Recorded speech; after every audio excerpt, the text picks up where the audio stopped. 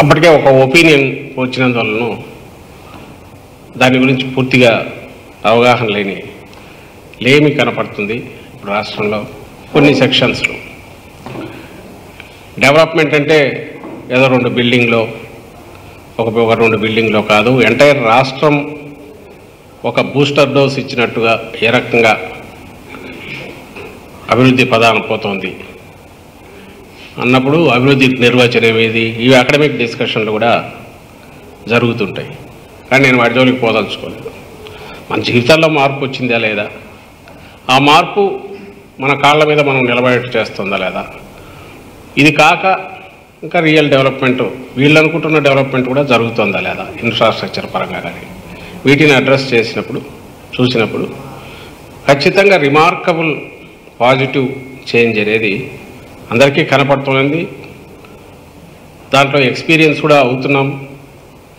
అయితే అది డెవలప్మెంట్ అనడానికి మనం ఇలాంటి వాళ్లకు సంశయాత్మకులు వీళ్లకు అంత ఇష్టపడట్లేదేమో అని అనిపిస్తుంది. అందుకోసమే దాని గురించి ఇంకోసారి చెప్దామని అనుకున్నాం. మనం 19లో అధికారంలోకి రాగానే జగన్మోహన్ రెడ్డి గారు తీసుకొచ్చిన ఓ పెద్ద విప్లవాత్మకమైన చేంజ్ ఏదైతే ఉందో, మనకు విలేజ్ సెక్రటేరియట్స్, వార్డ్ సెక్రటేరియట్స్ తీసుకురావడం, కానీ డెలివరీ మెకానిజం కింది వరకు తీసుకెళ్ళాం. అంటే గవర్నమెంట్ను డోర్ స్టెప్స్ దగ్గరికి తీసుకెళ్ళాం. అది తీసుకొచ్చిన మార్పు, దానివల్ల కేవలం 1,25,000 1,30,000 ఉద్యోగాలు వీటికి రావడం మాత్రమే కాదు, ఈ 15,000 విలేజ్ వార్డు సెక్రటేరియట్స్ ద్వారా. తద్వారా ఏమైందంటే ఎంటైర్ గవర్నమెంట్ సర్వీసెస్ అన్ని కిందికి వెళ్ళడమే కాకుండా ప్రభుత్వం చేస్తున్న ప్రతి రూపాయి కూడా అకౌంటబిలిటీ రావడము, ఏం జరుగుతుందో తెలియడం, అది దాని ద్వారా డెవలప్మెంట్ వరకు ఎంత జరుగుతుందో కూడా తెలియడం, ఇవి కూడా జరుగుతున్నాయి. దానివల్లనే ఒక్క స్ట్రోక్తో ఇవి పెట్టిన తర్వాత జగన్మోహన్ రెడ్డి గారి ముందు డాష్ బోర్డులో ప్రతిదీ కూడా యాక్టివిటీ జరుగుతున్న ద్వారా కుటుంబాల్లో, ఇండివిజువల్ కుటుంబాల్లో, ఒక్కొక్క కుటుంబంలో ఏ రకమైన చేంజెస్ వస్తున్నాయి అనేది కూడా తెలుస్తుంది. తద్వారా దాన్ని ఫర్దర్ ఇంక్రీజ్ చేయడానికి, వాళ్ళ యాక్టివిటీ మరింత పెంచడానికి, ఎకనామిక్ యాక్టివిటీ స్థానిక కింద స్థాయిలో గ్రాస్ రూట్స్లో అది వీలైంది. మీరు గమనిస్తే ప్రాక్టికల్గా అది ఎట్లా జరిగిందని, ఈ రోజుకు ప్రతి సెక్రటేరియట్ పరిధిలో, అంటే 2,000 జనాభా ఉజ్జాయింపుగా ఉండే పరిధిలో, ఈ 4 ఏళ్ల 10 నెలల్లో సమయంలో May 30th, 2019 మేము అధికారంలోకి వస్తే, ఈరోజు 2024 మార్చి, ఏప్రిల్ మే తీస్తే 4 years 10 months అనుకుంటే, అందులో ఒక 2 ఏళ్ళు సాలిడ్గా 2 years కోవిడ్ టైం తీసేస్తే, అప్పుడు కూడా గవర్నమెంట్ యాక్టివ్గా ఉంది. సర్వీసెస్, అప్పుడు జరిగిన సర్వీసెస్కు కేవలం ఈ వ్యవస్థే లేకపోతే అసలు జరిగేవి కాదు. అది అందరికీ తెలుసు, మీడియాకు తెలుసు, ప్రజలకు తెలుసు, డబ్బున్నోళ్ళైనా లేనోళ్ళైనా అందరూ కూడా అప్పుడు వాలంటీర్ల సర్వీసులు కానీ, సెక్రటేరియట్ వల్ల వచ్చిన అందిన సర్వీసులు కానీ, కింద లెవెల్లో క్వారంటైన్ దగ్గర నుంచి ప్రివెంటివ్ దీనికి సంబంధించి హాస్పిటల్ సర్వీసెస్ అన్నీ ఎంత బ్రహ్మాండంగా అవైలబుల్ ఉన్నాయనేది అందరికీ తెలుసు.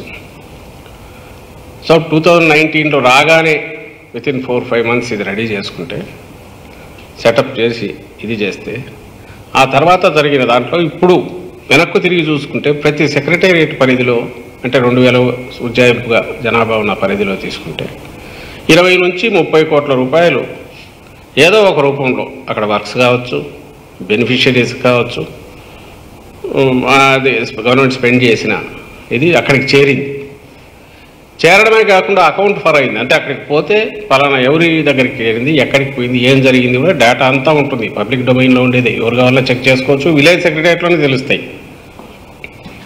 అక్కడ ప్రోగ్రెస్ రిపోర్ట్ పెట్టాం లాస్ట్ ఇయర్ నుంచి. అక్కడికి వెళ్తే ఏమేమి జరిగాయో కూడా డీటెయిల్స్ ఉంటాయి. బెనిఫిట్స్కి ఏమేమి, బెనిఫిషరీస్కి ఏమేమి వచ్చాయో కూడా ఉంటాయి. మీకు అందరికి గుర్తుంటే లాస్ట్ ఇయర్ దాని మీద ఒక ఉత్సవంలాగా కూడా చేస్తూ వచ్చాం. ఇది ఎక్కడికి పోయి ఉంటుంది? ఈ 30 కోట్లు, 35 కోట్లు, 25 కోట్లు, 30 కోట్లు, డిపెండింగ్ ఆన్ దీన్ని బట్టి అక్కడే ఆ ఎకానమీ అక్కడే సర్క్యులేషన్లో ఉంది. దాంతోపాటు ప్రతి స్కీము జగన్మోహన్ రెడ్డి గారు పెట్టింది.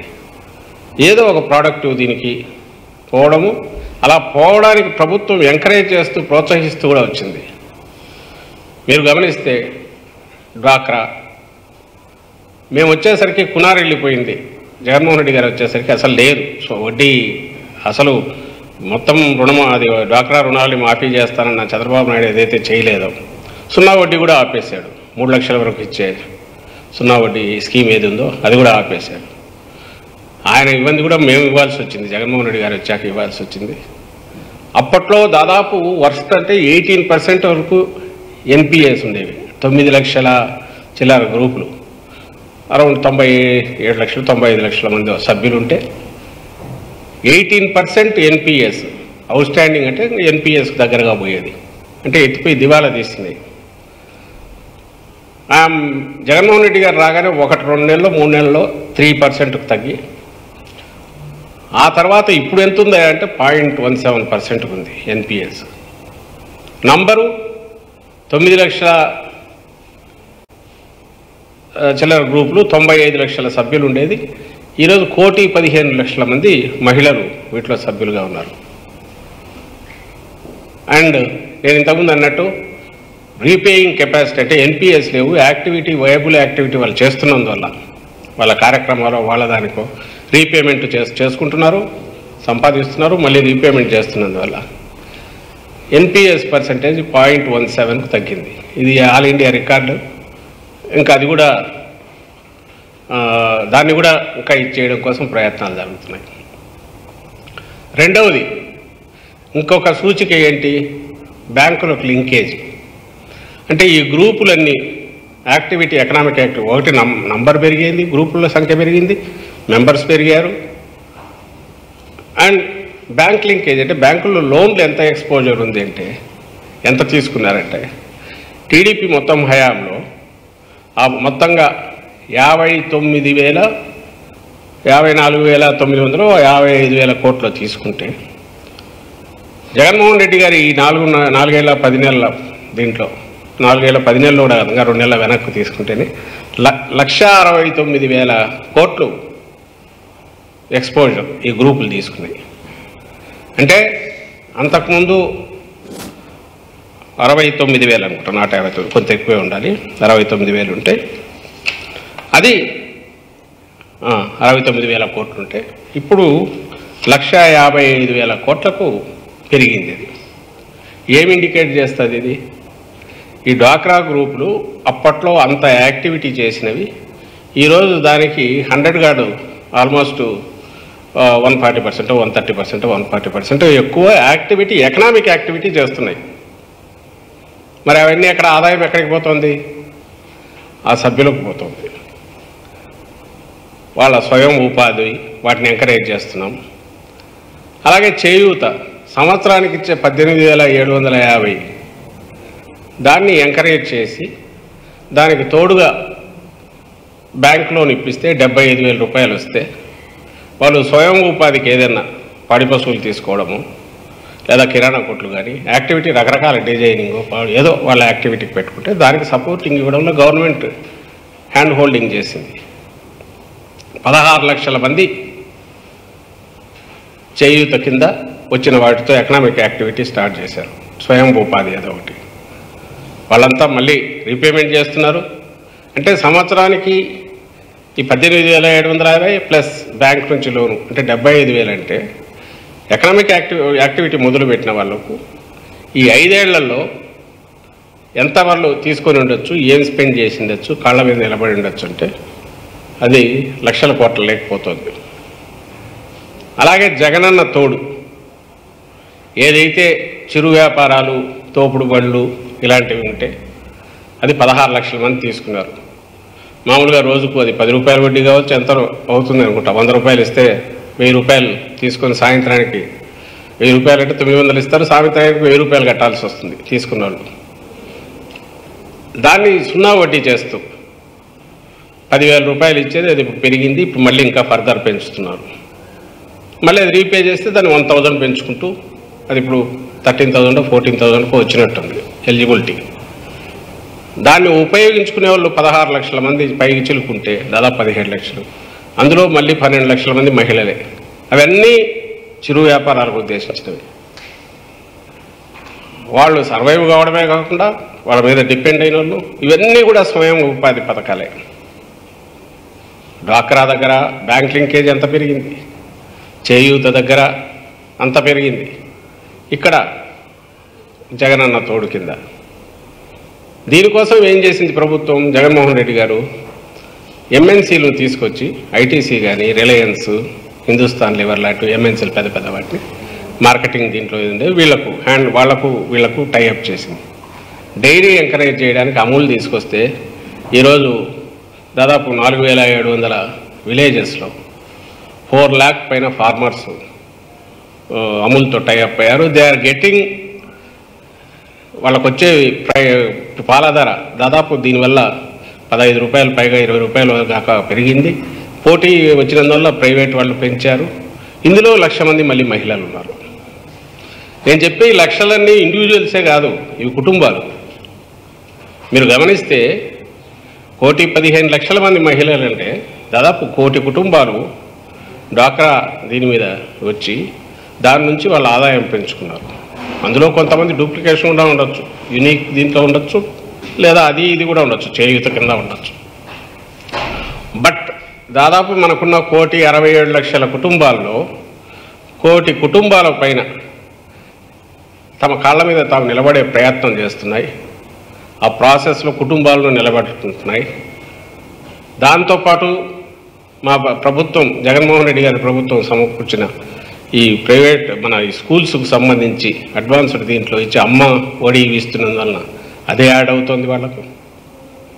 వీటన్నిటిని ఉపయోగించుకొని ఎవరి కాళ్ళ మీద వాళ్ళు నిలబడేటట్టు, తద్వారా వాళ్ళు సంపాదన మెరుగుపరచుకోవడమే కాకుండా ఇంకా 1-2 కుటుంబాలను కూడా నిలబెట్టుకునే రకంగా ప్రభుత్వం ఎంకరేజ్ చేస్తున్నందువల్ల ఈరోజు మన ఎకానమీ ఇంత బూస్టర్ లాగా పనిచేసి ఓ డీసెంట్రలైజ్డ్ కింది వరకు వెళ్ళి ఎకానమీ మొత్తంగా కూడా బూస్ట్ వచ్చింది. కాదని ఎవరైనా అనగలరా? ఇందులో ఏది అబద్ధాలే, ఇవన్నీ ఆడిటెడ్, ఎక్కడైనా దొరుకుతాయి ఫిగర్స్, ఎవరైనా తీసుకోవచ్చు. మీడియా వాళ్ళకైతే ఇంకా యాక్సెస్ ఉంటుంది. ఇది ప్రోగ్రెస్ డెవలప్మెంట్ కాక ఏమవుతుంది?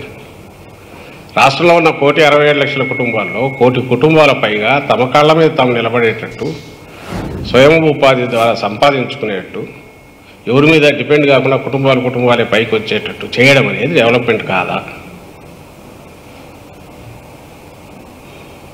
అలాగే ఇది కోవిడ్ టైంలో కూడా మనం ఎకానమీని నిలబెట్టింది, ఇదే నిలబెట్టింది.